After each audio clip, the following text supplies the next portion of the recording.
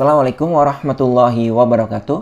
Oke, teman-teman, di kesempatan kali ini kita akan membahas materi yang sangat menarik, yaitu materi yang berkaitan dengan nilai eigen dan vektor eigen untuk matrik berordo 3x3. Oke, di kesempatan kali ini kita akan bahas terlebih dahulu bagaimana caranya menentukan nilai eigen. Kita langsung saja ke soalnya. Tentukan nilai eigen dan vektor eigen dari matrik berikut. Matriknya adalah matrik A berordo 3x3. Tadi sudah diinformasikan, di kesempatan kali ini kita hanya menentukan nilai eigen terlebih dahulu. Sebelum kita menentukan nilai eigen, teman-teman harus pahami rumus apa yang kita gunakan untuk menentukan nilai eigen. Misalkan lambda dan phi adalah nilai eigen dan vektor eigen dari matrik A.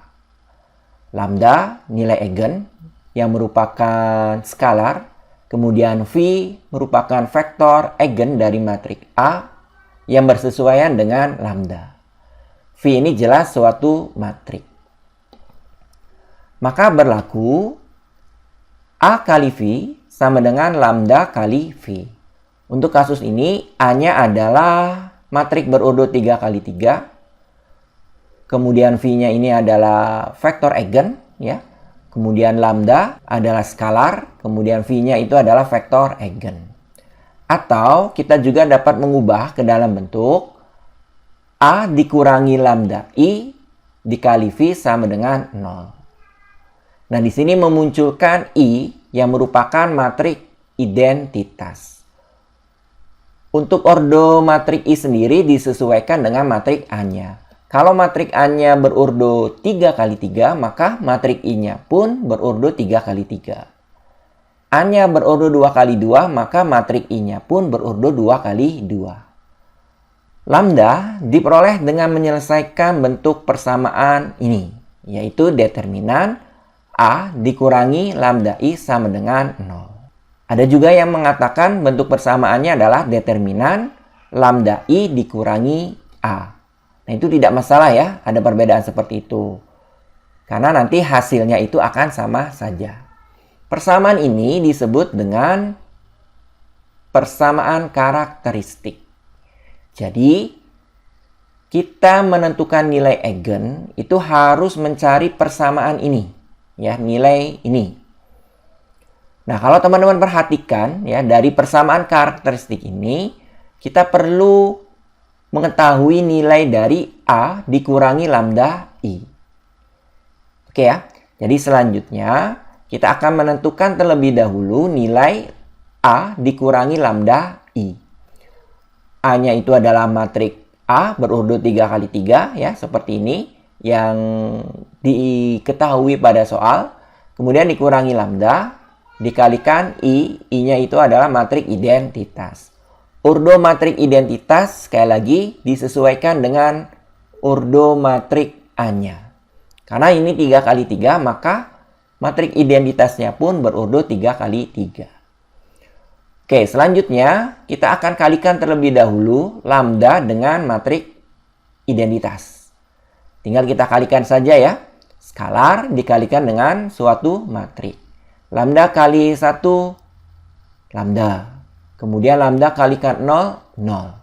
Artinya kalau dikalikan dengan 0, hasilnya akan 0. Oke, diperolehlah matrik yang seperti ini ya. Ini hasil kali lambda dikalikan matrik identitas.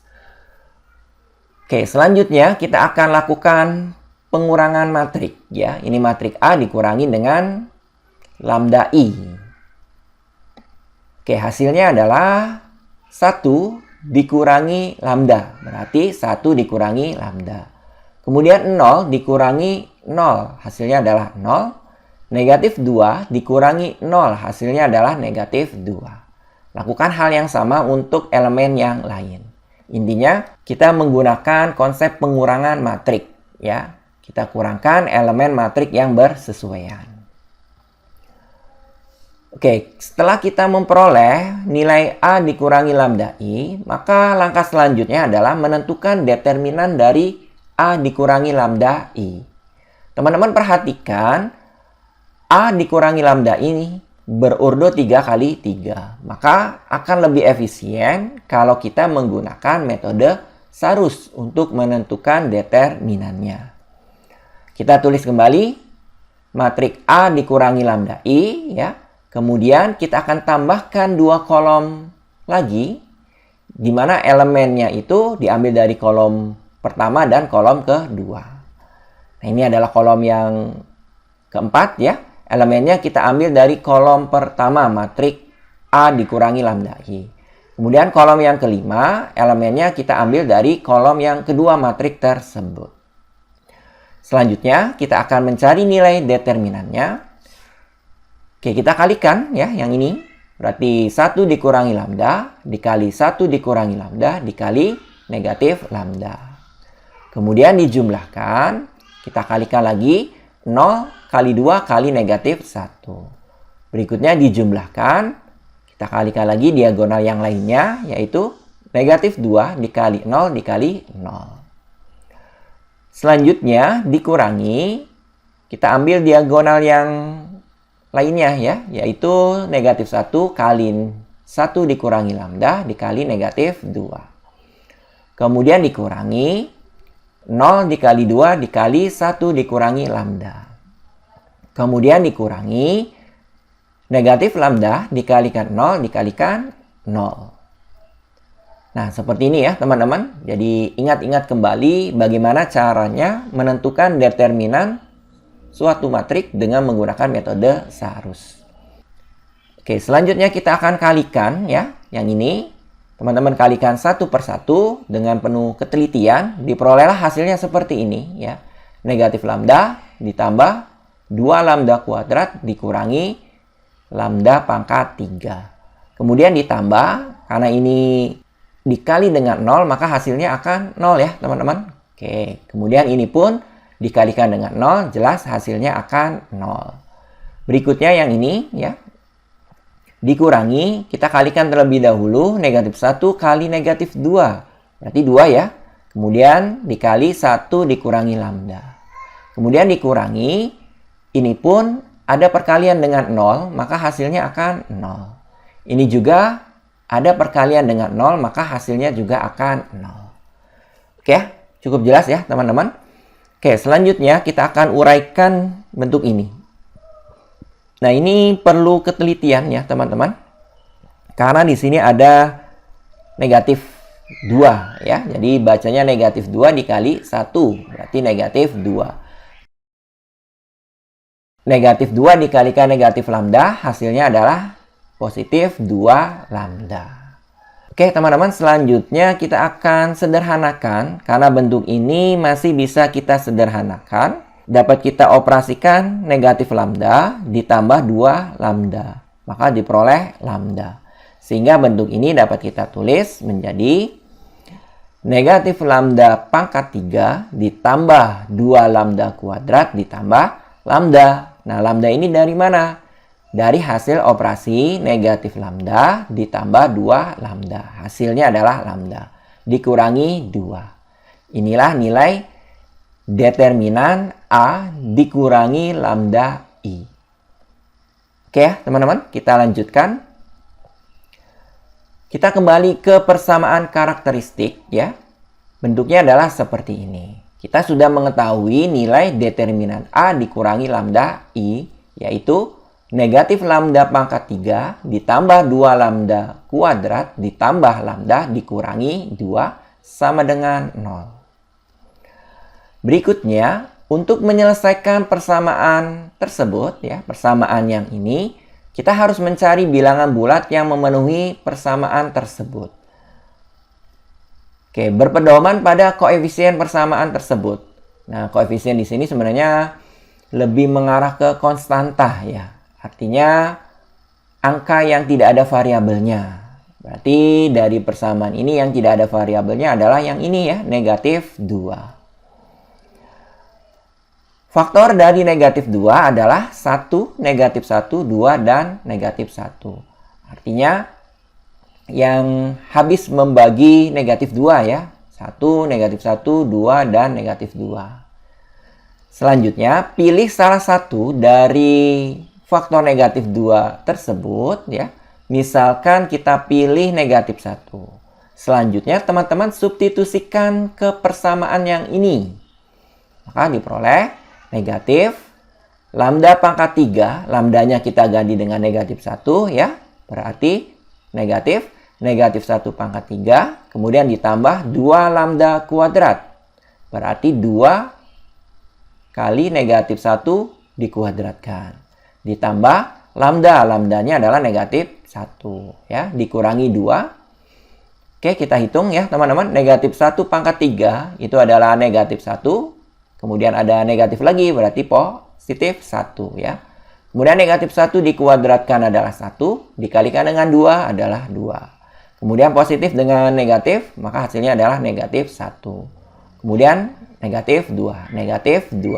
Kita hitung ternyata hasilnya adalah 0. Nah, maka dapat kita simpulkan negatif 1 ini merupakan salah satu solusi atau merupakan akar persamaan dari bentuk pangkat 3 ini ya teman-teman.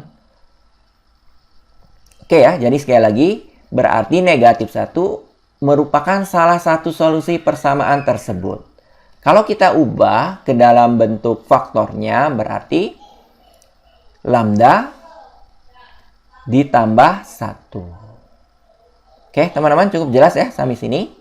Nah, selanjutnya setelah kita memperoleh satu solusi atau satu akar persamaan tersebut ya, maka kita lanjutkan dengan melakukan pembagian dengan menggunakan metode Horner ya.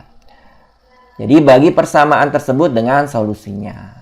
Nah, persamaan tersebut itu yang ini ya, teman-teman. Kita ambil koefisiennya negatif 1 ya. Kemudian ini adalah 2, kemudian ini 1, kemudian ini negatif 2. Kita bagi dengan solusinya atau akarnya, yaitu negatif 1. Pertama-tama negatif 1 ini kita turunkan ya, langsung turun seperti ini. Kemudian selanjutnya negatif 1 kali negatif 1. Hasilnya letakkan di sini. 1 ya teman-teman. Oke, selanjutnya kita lakukan operasi penjumlahan. 2 ditambah 1, 3. Selanjutnya kita kalikan lagi ya. Negatif 1 dengan 3. Hasilnya letakkan di sini. Diperoleh negatif 3. Kita jumlahkan di sini. 1 ditambah negatif 3. Hasilnya adalah negatif 2. Selanjutnya kita kalikan negatif 1 kali negatif 2. Hasilnya adalah 2, letakkan di sini. 2. Kita jumlahkan, hasilnya adalah 0. Oke ya teman-teman. Jadi kalau teman-teman masih bingung, silahkan teman-teman pahami kembali bagaimana caranya menggunakan metode Horner. Oke, selanjutnya di sini teman-teman perhatikan yang di bagian bawah ini. Ternyata di sini sisa hasil baginya adalah 0. Nah, dari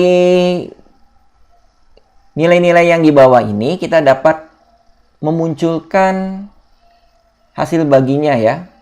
Yaitu bentuknya adalah persamaan kuadrat ya.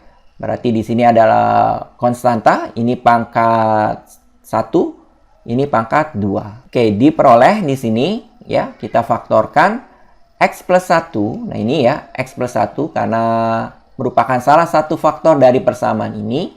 Kemudian dikali dengan hasil baginya, yaitu ini sekali lagi ini adalah konstanta, berarti negatif 2. Kemudian ini adalah koefisien dari lambda pangkat 1 ya, positif 3 lambda. Kemudian yang ini adalah koefisien dari lambda pangkat 2, negatif 1 lambda kuadrat. Oke ya teman-teman, cukup jelas ya sampai sini. Berikutnya perhatikan yang ini. Ternyata di sini bentuknya adalah persamaan kuadrat. Maka langkah selanjutnya kita harus faktorkan bentuk yang ini. Diperolehlah hasilnya seperti ini ya teman-teman ya.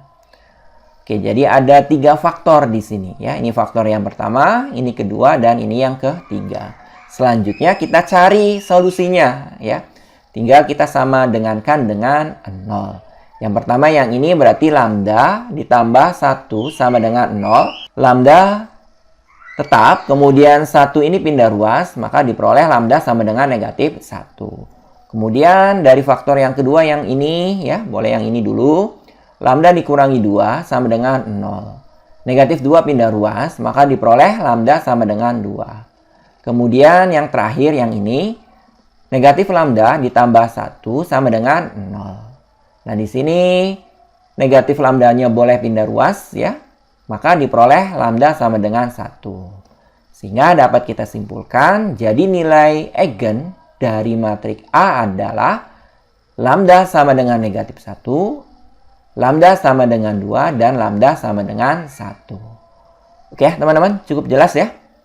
Nah, sebagai catatan di sini, teman-teman nanti harus dapat memahami bagaimana caranya menentukan determinan matriks 3x3 dengan menggunakan metode Sarus, dan bagaimana caranya menentukan akar atau solusi dari persamaan pangkat 3 dengan menggunakan metode Horner.